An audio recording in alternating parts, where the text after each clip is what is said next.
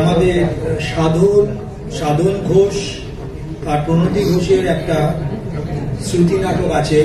নমস্কার।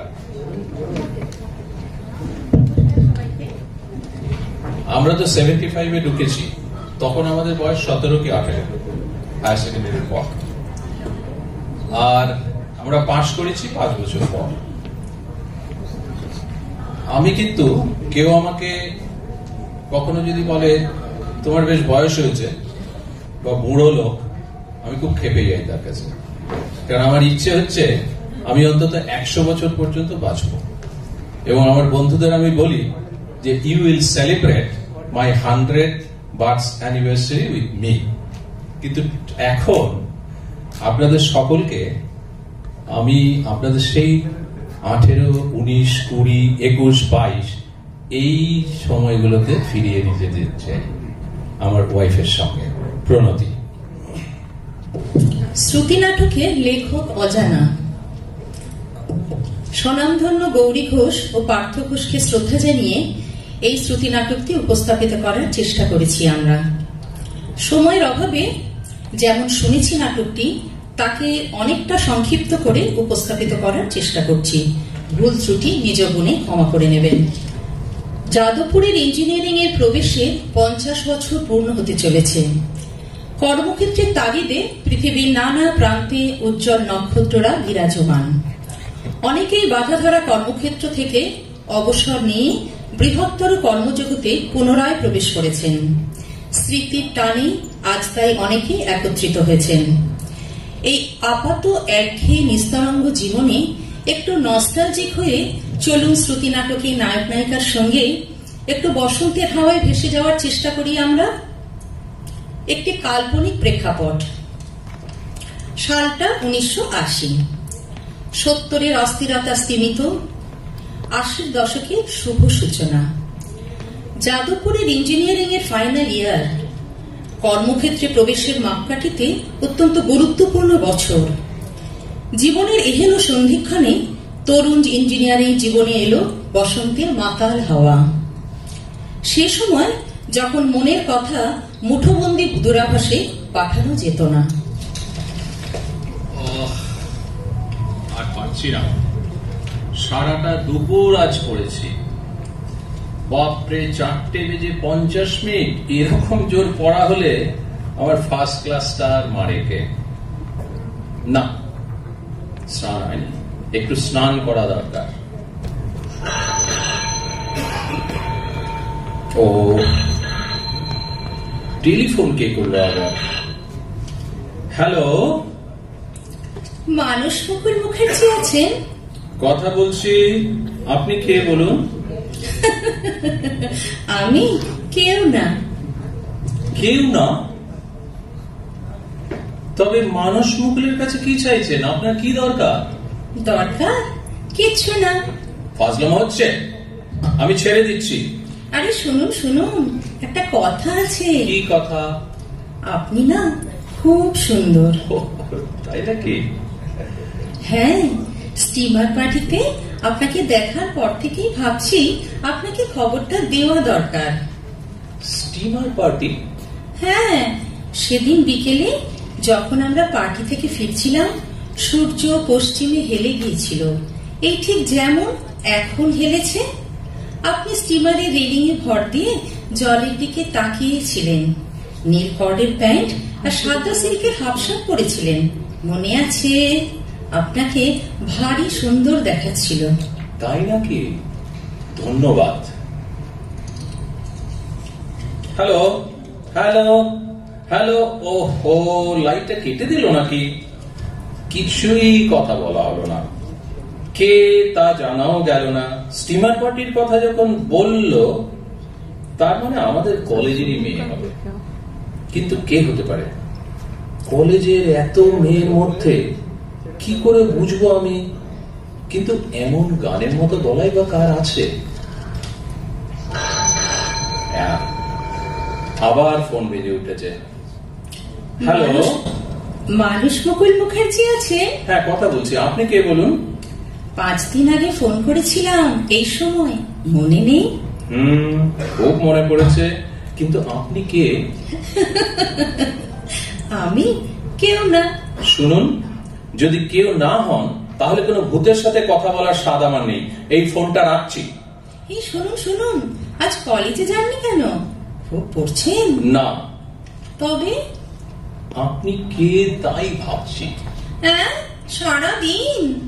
হ্যাঁ, আপনি কে আমাকে বলতেই হবে। অসম্ভব, বলবো না। বেশ, আমি যেমন করেই হোক বার করবো আপনি কে। বেশ তো। আচ্ছা বলুন তো, আপনি আমাদের কলেজের মেয়ে কিনা? বলবো কেন? তাহলে দয়া করে আমাকে আর ফোনে রাখবেন না। ফোনটা আমি রাখলাম। ইস, আমি নিজে কেন ওইভাবে ফোনটা কেটে দিলাম। এখন তো আজ আর চেষ্টা করেও সুন্দর গলাটা শুনতে পাবো না। কি করি? ঠিক আছে, কালকে কলেজে খোঁজ করতে হবে। কে হতে পারে? এত মেয়ের মধ্যে কাকেই বা খুঁজে বের করবো আমি? কি করে বুঝবো? ওই তো ক্যান্টিন থেকে বেরিয়ে আসছে এক ঝাঁক তরুণী।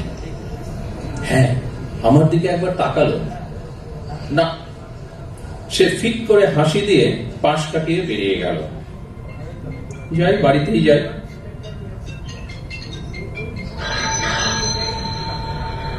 আবার ফোন এসছে। হ্যালো, মানুষ মুখার্জি আছেন? কেন, কি দরকার? একটু কথা বলতে চাই। কি কথা? আচ্ছা, এটা তো চৈত্র মাস না? কি সুন্দর হাওয়া দিচ্ছে। হ্যাঁ, চৈত্র মাস। আপনি কখনো লেকে যান? না। আহা, বৃহস্পতিবার তো আপনি গিয়েছিলেন, রাত 12টা অব্দি ছিলেন, তারপর ঠান্ডা লেগে লাঞ্ছিত নাসিকায় গৃহে প্রত্যাবর্তন। আরে, আপনি কি করে জানলেন যে আমি লিখেছিলাম? কেন জানবো না? আজ কলেজে আর্টস লাইব্রেরির সামনে সনতের কাছে হাঁচতে হাঁচতে নিজের সর্দি লাগার ইতিহাসটি বলেননি আপনি? আশ্চর্য! মানে আপনি কি করে জানলেন বলুন তো? কেন, পাশে দাঁড়িয়ে শুনলাম। পাশে? টের পাননি? কই না তো। আপনি যখনই কলেজে আসেন না, তখনই আমি আপনার কাছে কাছেই থাকি। তার মানে আপনি আমাদের এই কলেজেরই ছাত্রী। শুনুন, আপনি কে? তা দিয়ে কি দরকার? আমি শুনবো, আমি দেখা করব আপনার সাথে। কি লাভ? আপনারই বা আমাকে রোজ রোজ ফোন করে কি দরকার? আপনি কে বলুন তো? আপনাকে যে মেয়েটি পৃথিবীতে সবচেয়ে বেশি সুন্দর দেখে, আপনার কথা সবচেয়ে বেশি ভাবে, সেই। কেন, আমি কি খুব সুন্দর? এর চেয়ে সুন্দর আমার তো আর কিছুই চোখে পড়েনি। আপনার কণ্ঠস্বর তার চেয়ে অনেক বেশি মধুর। তাই নাকি? হ্যাঁ, ঠিক তাই।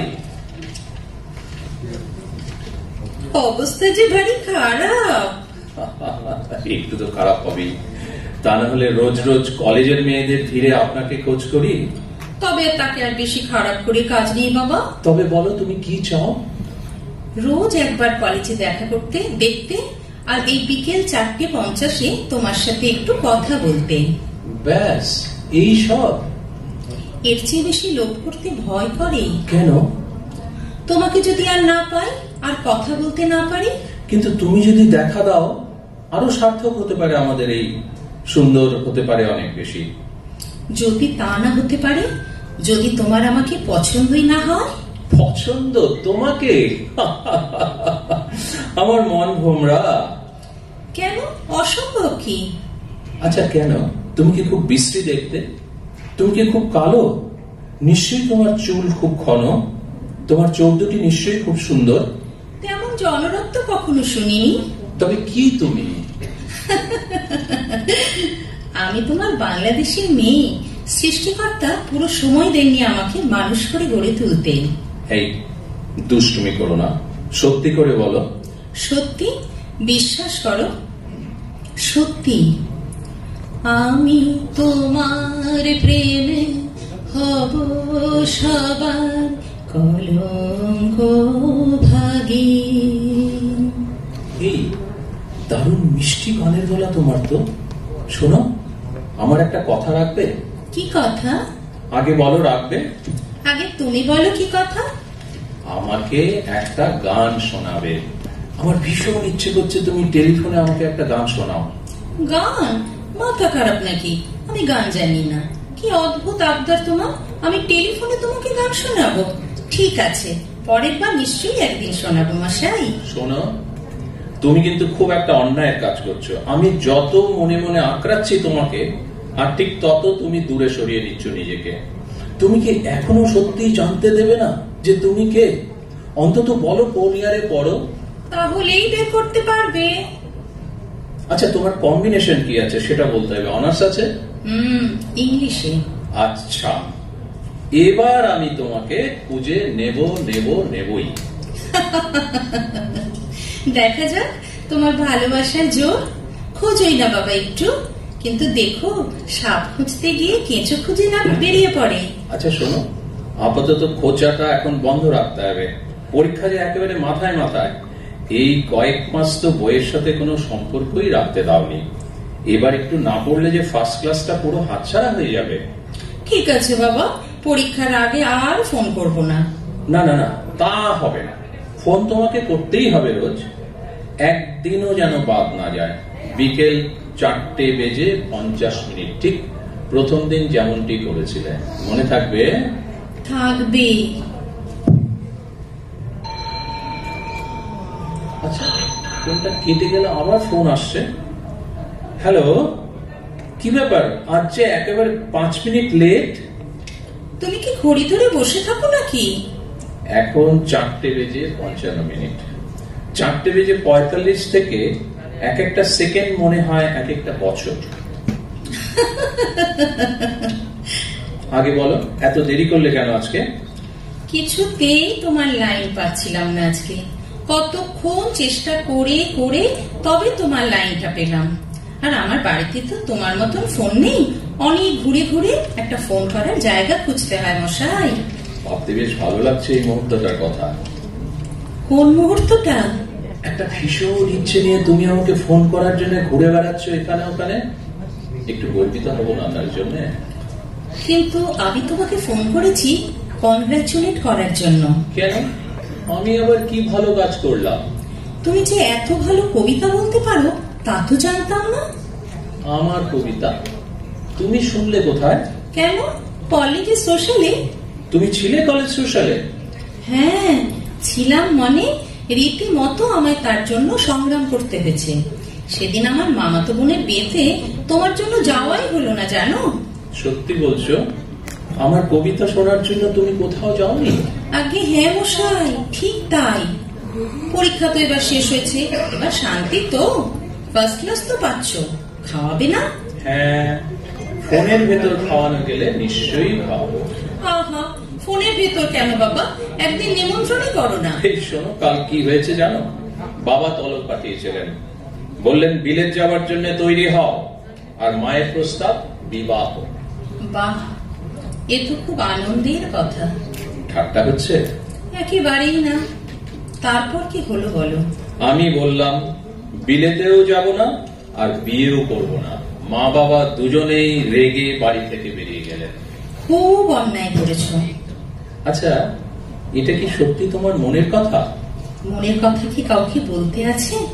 বন্ধু, এসব বলে কেন আমাকে কষ্ট দাও? যদি বলি তোমার জন্য আমার ভীষণ মন খারাপ করছে? করি নাকি? যদি বলি আমি আর থাকতে পারছি না? আমিও আর পারছি না গো। আচ্ছা শোনো, তুমি কি সত্যি আমাকে ভালোবাসো? কেন, এখনো সন্দেহ? আজ তোমাকে অন্য কারণে ফোন করেছি। একটা কথা তোমাকে বলবার আছে। কি কথা? আমি কলকাতা ছেড়ে চলে যাচ্ছি। অসম্ভব। উপায় নেই। হ্যালো হ্যালো হ্যালো, ফোনটা কেটে গেল। ওহো, এখনো সেই পুরনো খেলা। আমাকে খেলা পুতুল ভেবেছে? ঠিক আছে ঠিক আছে, এবার এই খেলা আমাকে শেষ করতেই হবে। আমি কেন এভাবে ঘটনা করছি? আর না, কখনোই ফোন এলে আমি কিছুতেই ধরবো না, রিসিভার ছোবো না। আজ রাত্রেই বাবাকে বলবো আমি বিলেত যাব।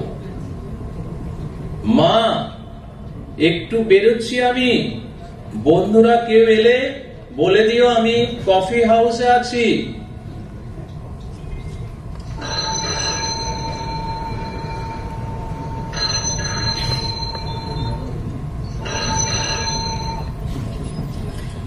কাউন্টার থেকে একটা ফোন করা যাবে, খুব দরকার। হিস্ট্রি অনার্সের চিত্রা চৌধুরী, এ আবার কাকে ফোন করছে? আমার মতো কেউ আবার বধ হচ্ছে না তো? চেহারাটা কিন্তু ভারী মিষ্টি। উনি কি কথা বলছেন আমাকে একটু শুনতেই হবে। শোনা যাক তো দেখি কি বলছে। হ্যালো, এটা কি 464453? আমি একটু মানুষ মুকুল মুখার্জিকে চাইছি। ও, উনি বাড়ি নেই? কখন ফিরবেন? না না, কিছু বলতে হবে না, প্লিজ শুধু বলবেন আমি কাল বিকেল 4:50 ফোন করে নেব। আচ্ছা, এবার বুঝেছি। তুমি তাহলে দাঁড়াও, আমি দেখে নিচ্ছি। আচ্ছা আচ্ছা, শুনুন। কিছু বললেন?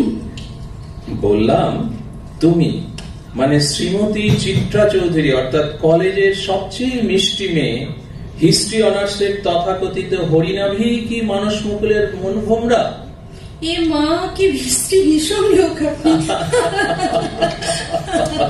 চলো এবার লেখে একটু করে আসি। নমস্কার।